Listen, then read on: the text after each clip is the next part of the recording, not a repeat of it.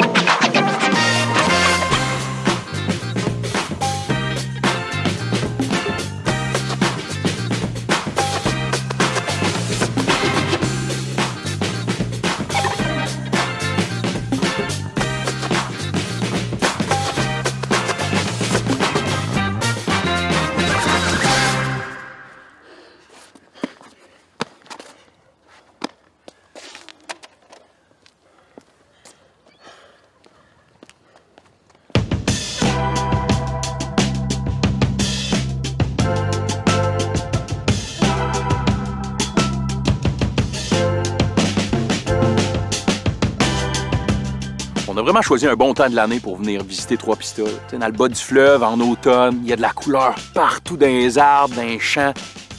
Ça fit avec les légendes. Ça fit avec, justement, le Rendez-vous des Grandes Gueules, le festival de contes qu'il y a ici. On dirait que c'est vraiment un bon choix de faire ça en automne. Ça donne une belle ambiance, ça donne une belle couverture à tout ce beau festival-là. Ça fait assez peur. Tout le long, j'ai eu peur.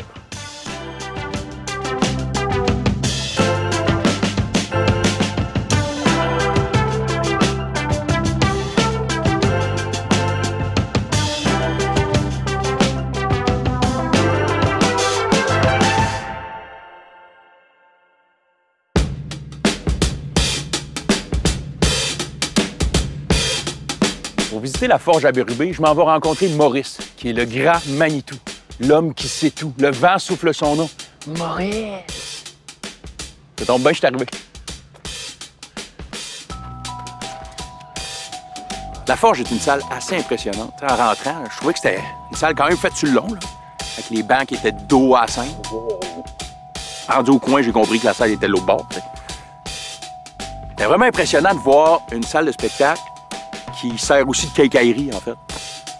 Quand tu sors là, des restaurants, t'as des petites paparmanes ou des petites manques de courtoisie, ben là, tu peux te prendre un écrou de courtoisie. Un petit washer de courtoisie avec une boat, 3/4. C'est le fun de voir un spectacle puis de ramasser des cochonneries en même temps. Maurice! Salut! Salut! Merci de me rencontrer un matin. Ben écoute, ça me fait plaisir.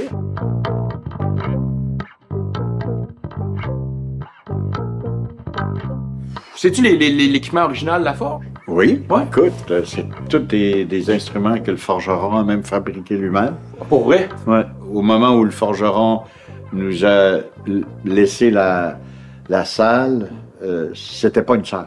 C'était pas... Non, c'est ça. C'était une forge. Au départ, c'était littéralement une forge. Puis il y avait... forge. Lui, il travaillait encore. M. Bérubé avait 82 ans, puis il forgeait encore. Ah ouais?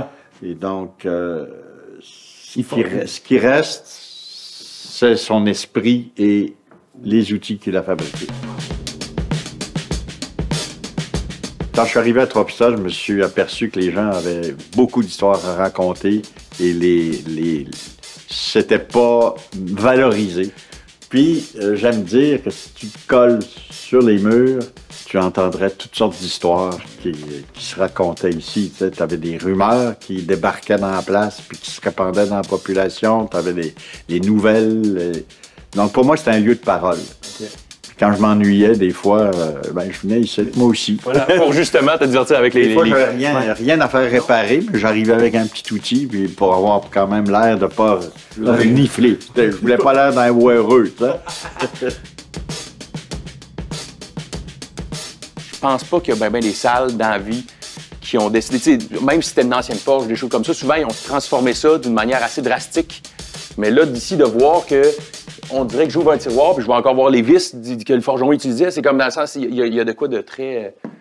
comment je pourrais dire, ça va amener de la nostalgie à les personnes qui venaient ici avant, les personnes qui ont connu la scène avant, mais ça doit Il y a même la même poussière. Hein? Il y a même la même poussière, tu vois. Ben, mais moi, je toucherai pas la poussière, elle est patrimoniale. Partie de la... Après ça, il faut toucher un coup quand on sort des fois, mais bon. La Forge ont une bonne idée de garder ça très rustique avec tous les accessoires et tous les outils qui se servaient. On devrait faire ça plus souvent, des salles de spectacle de même, je sais pas, dans une piscine olympique, tu vides même pas l'eau. La scène est en dessous de l'eau. Fait que là, faut que tu te trempes la tête dans l'eau pour attendre. Là. Hey, il va être juste ça. Faut pas faire ça là-dedans, une salle de spectacle. Ce serait venteux, là, mais faut s'adapter, gang. C'est du cachet. Pour changer ça, la première édition, le Forgeron ne devait pas triper à venir tout changer sa routine pour vous autres? Ben, c'est sûr que lui, ça faisait au-dessus de 50 ans qu'il travaillait ici. Ouais. Et puis donc, quand on arrive et qu'on lui propose de faire des spectacles, il a fallu que je sorte le carnet de, des bonnes raisons. Des bonnes raisons, oui. Fallait aller chercher creux toutes les raisons possibles, oui. Puis est-ce que ça a été quand même facile par la suite de l'amener dans l'aventure? Ben, il a fallu que je lui explique un peu ce qu'on voulait faire, parce que c'est sûr que lui, il était dans son monde de forgeron, puis quand je lui ai dit, nous, on veut forger des mots, il comprenait plus ce qu'on voulait faire. Oui, il a pas dû comprendre bien. Comprends-tu, toi? Même moi, je suis pas sûr. Non, c'est sûr que quand je suis arrivé les premières fois, parce que je le connaissais, je le connaissais par son métier de forgeron, donc quand je lui ai parlé qu'on voulait faire une salle de spectacle, il se demandait c'est quoi cette idée-là. Là, puis, il a fallu que je lui dise, non, je ne déménageais pas vos outils, parce qu'il disait, il va falloir que je déménage tout, là. Lui, il pensait qu'il fallait qu'il vide tout ça. C'est ça. Okay. Fait que je lui ai dit, non, on veut être au milieu de votre vie de forgeron, parce que c'est important dans l'histoire du Québec. J'ai eu l'argument aussi de lui dire, tu sais, dans le théâtre, il y a les 3 coups pour lancer un spectacle, donc ça serait le fun en tabarouette. Toi, tu mettais une barre de fer, tu la fais rougir, puis tu donnes les 3 coups avec la masse sur l'enclume. Oh ouais! Fait que c'est comme ça qu'on commençait le festival. Hey, ça devait... Wow! OK, ça devait donner une ambiance incroyable. Tout le forgeron, puis les coups, ça devait partir en éclats, puis ça devait... C'est les étincelles, puis le bruit aussi. D'ailleurs, le forgeron nous disait au monde, faites attention, là, bouchez-vous les oreilles. Ah, mon Dieu, c'est incroyable. Il y a tellement plein de petites histoires ici. C'est le fou. Il y a beaucoup de légendes à Trois-Pistoles. La pierre manquante de l'église, le cheval noir qui est en fait le diable qui vient construire l'église. Okay. C'est assez spécial, un diable qui aide à construire une église. Et puis, il y a la fameuse histoire du trésor du quêteux dans les rangs en arrière. OK. Et d'ailleurs, encore aujourd'hui, il y a du monde qui, la date au mois d'août, ils font encore le trajet pour essayer de trouver le trésor. Il n'a pas été trouvé encore. Il n'a pas été trouvé. J'en prends à bonne note.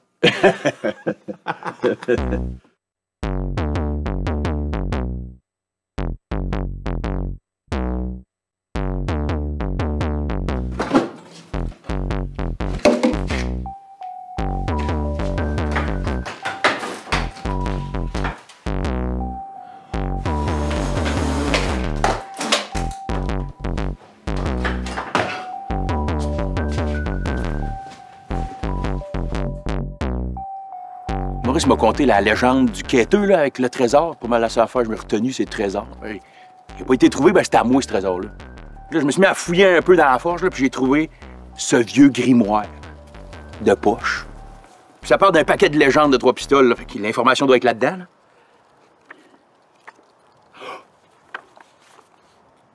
Le quêteux a enterré son Enterré, ça me prend une pelle.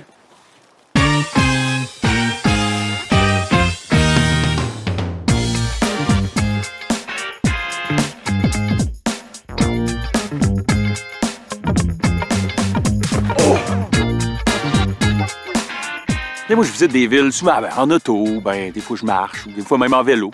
Là, c'est le fun, là. Visiter une ville en faisant une chasse au trésor. Pour trouver le trésor, suivre l'étoile polaire. L'étoile polaire, c'est la plus brillante, ça doit être elle.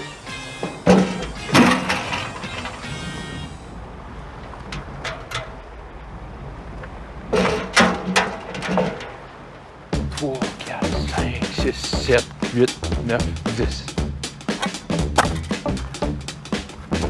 2, 3, 4, 5.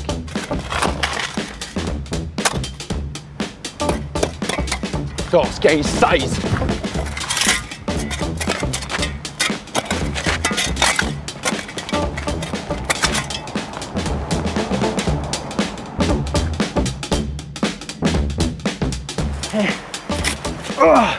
Je vais être milliardaire avec ce trésor-là, moi. Enfin pouvoir arrêter de travailler. Un quêteux, ça avait ça, 100 000 $. Facile. Non, pas moi, c'est pas là.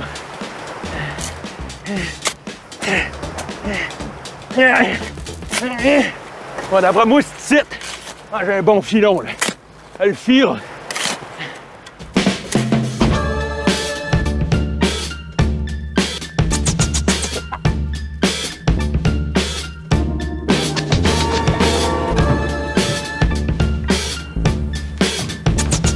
Numéro 3, yeah!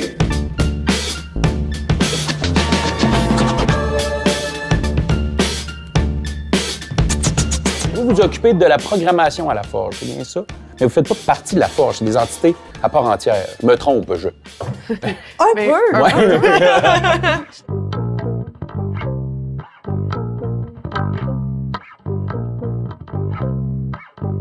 Moi, je suis directrice de l'organisme Les Compagnons de la mise en valeur du patrimoine vivant de Trois-Pistoles. Oui, c'est un nom long à retenir. Et c'est l'organisme qui est propriétaire de la forge à Bérubé. Oh, d'accord. Donc, je gère directement la forge en général, mais on fait aussi une programmation. Mais on se spécialise pour la programmation en art de la parole.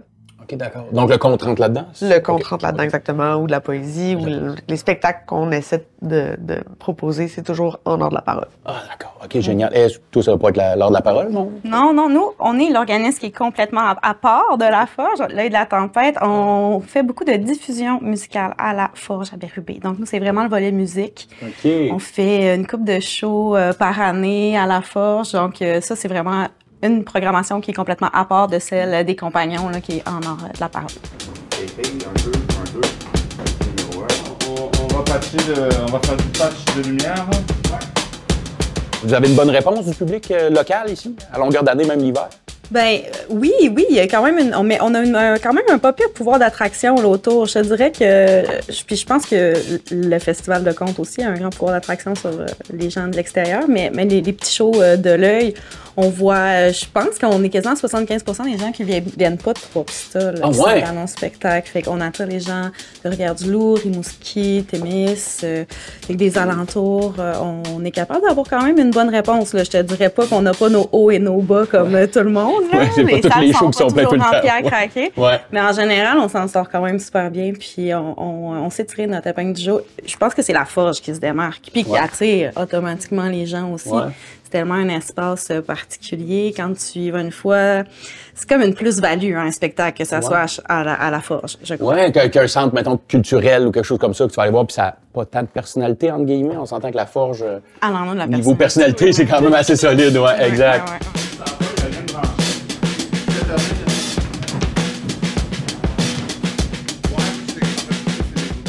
Les artistes qui viennent aussi doivent triper de jouer dans une salle comme ça. C'est super intime, mais avec justement la personnalité, que ça soit du conte, que ça soit de la musique acoustique, ça doit être hallucinant. Puis ça doit avoir un bon retour des artistes aussi. Oui, vraiment. Je pense que ça, c'est vraiment ce qu'on reçoit de plus beau. Puis ça nous permet aussi d'être un petit peu plus croche sur d'autres affaires. On n'a pas des loges confortables de luxe, mais l'ambiance, le cachet, la relation avec le public, l'intimité que la forge crée. Puis effectivement, comme Marie disait aussi, les gens se déplacent pour venir à la forge, pour venir voir un spectacle. Donc, je pense que tout ça compense beaucoup puis fait de la magie pour les spectacles. Les artistes trippent. Eh bien, merci beaucoup de m'avoir rencontré. C'était une belle rencontre puis très bon drink aussi. Merci.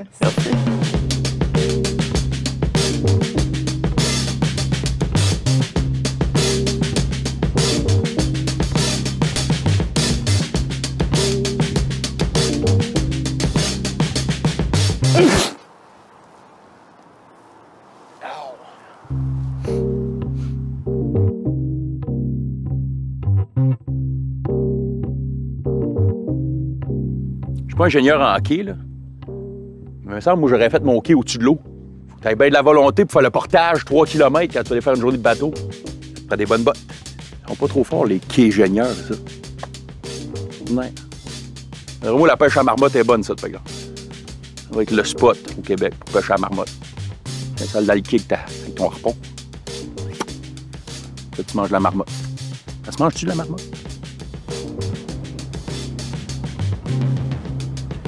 Je sais pas si l'eau est chaude. Elle est sale. Puis elle est salée.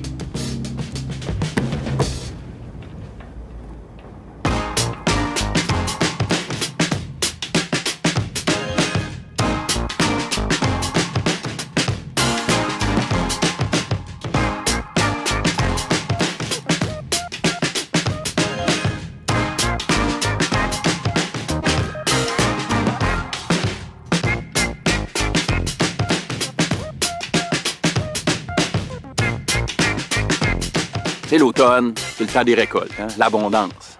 Au marché, ben, je suis allé me chercher une coupe de pommes, un 5 livres de pommes. C'était une pomme. Ils appellent ça la pomme des Basques. Là. Un navet. Je me ferait clairement pas une croustade avec les pommes des Basques.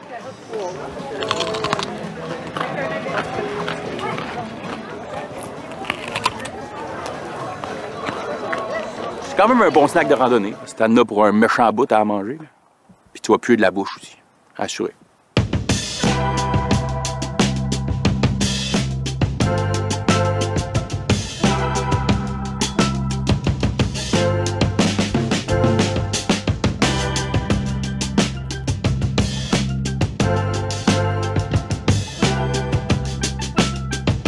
Je suis vraiment chanceux de venir visiter la forge pendant le rendez-vous des Grandes Gueules, qui est le festival de conte ici. C'est le meilleur moment de découvrir la ville parce qu'avec le festival, il se passe quelque chose tout le temps, partout.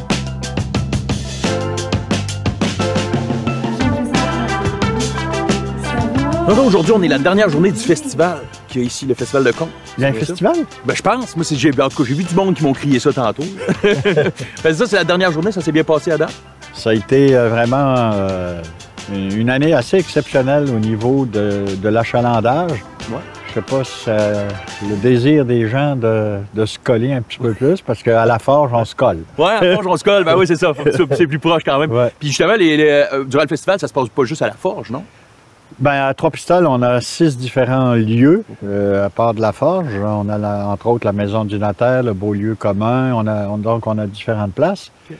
Mais la forge, c'est vraiment le cœur du festival. Ouais. C'est là que ça a commencé. Puis c'est là, si un jour ça va finir, ça va être là. Ah ouais? Donc, si la forge implose, n'existe plus, le festival va payer le prix aussi? Moi, quand j'ai parti le festival, j'ai dit il y a quelques conditions. Ouais. Mais la condition première, c'est que ce soit la forge.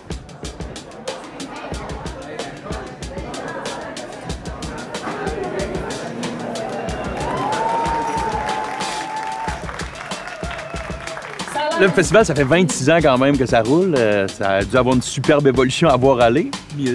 Ben, il y a une évolution au niveau du nombre de compteurs, au niveau de l'achalandage aussi. Mais je pense que l'évolution principale, c'est qu'au départ, pour moi, le festival, c'était une occasion de donner le goût aux gens de la localité, puis les gens de la région à prendre parole. Okay. Donc, je me suis dit, si on crée un événement où c'est qu'il y a du monde, des compteurs professionnels qui viennent, puis le monde de la place vont venir, ben ça va peut-être leur donner le goût d'aller sur le stage. Oui. Puis là, on a mis de l'avant des ateliers de récit de vie, d'ailleurs avec Alpha des Basques en alphabétisation, donc une espèce de revalorisation des gens et de la parole. Wow. Et il y a eu 4 livres de publiés à partir de ces histoires-là. Okay. Et on a fait aussi des cafés de la parole où c'est que on a remué la mémoire, passation de mémoire au niveau des métiers de la forêt, le métier de la mer, le métier de l'agriculture. Wow. Donc, ça, au départ, c'était mon objectif premier. Ben, en même temps, ça ouvre l'esprit à certaines personnes qui n'auraient peut-être pas pensé, mais ça donne... Moi, sérieusement, moi, personnellement, ça me donne le goût d'en faire quasiment. Là, je vais aller tantôt juste... Il y a la Grande Menterie tantôt. Ben c'est ça, oui. Le concours national de la Grande Menterie. Puis là, les élections sont passées, on ne parle pas de ça. Ah, non, c'est ça, on ne parle pas de ça. Valérie Bilodeau.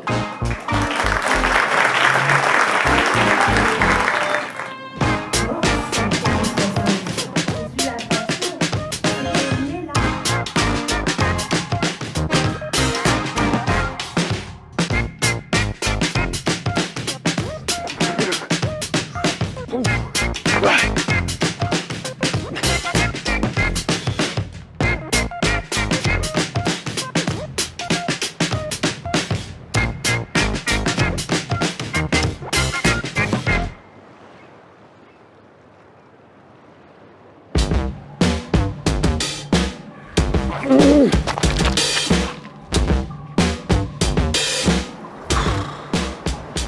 ne trouverai jamais ce trésor-là. J'abandonne.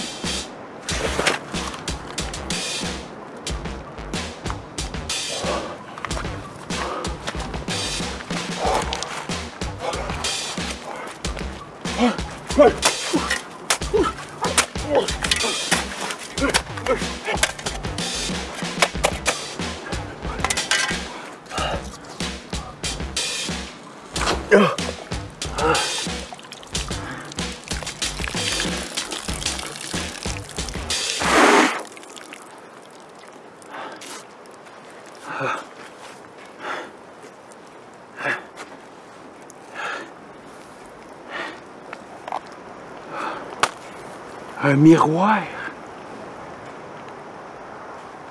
Moi dans le miroir. Le trésor, c'est moi. Ce trésor-là, ça a changé ma vie. Ça m'a donné une confiance là, inébranlable.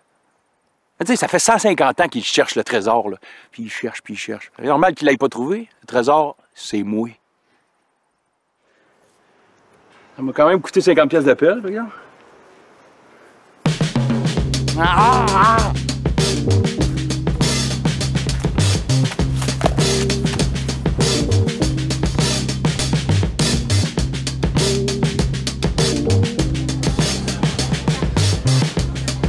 Tout le monde nous le dit, et c'est pas mal grâce à la forge qu'il y a quelque chose de spécial ici à Trois-Pistoles. La convivialité, tu vois, de ce festival, la chaleur humaine. Le gens, ben toi, nos compteurs vivent chez les résidents, chez les locaux. Donc, le festival a réussi à faire sa place, non seulement au Québec, mais même à l'international.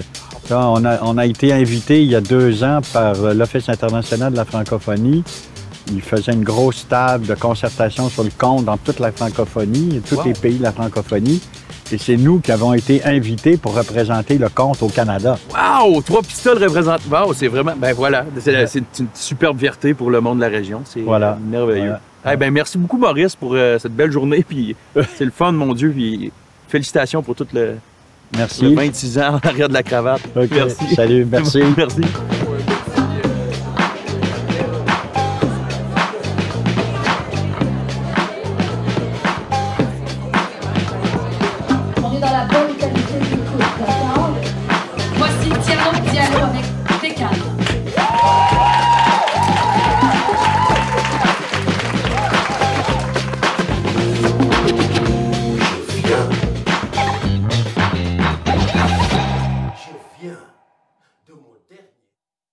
Je vais vous raconter une histoire de cascade. On m'a engagé pour aller faire un film. Une scène de combat entre Bruce Willis et Charles Tisser.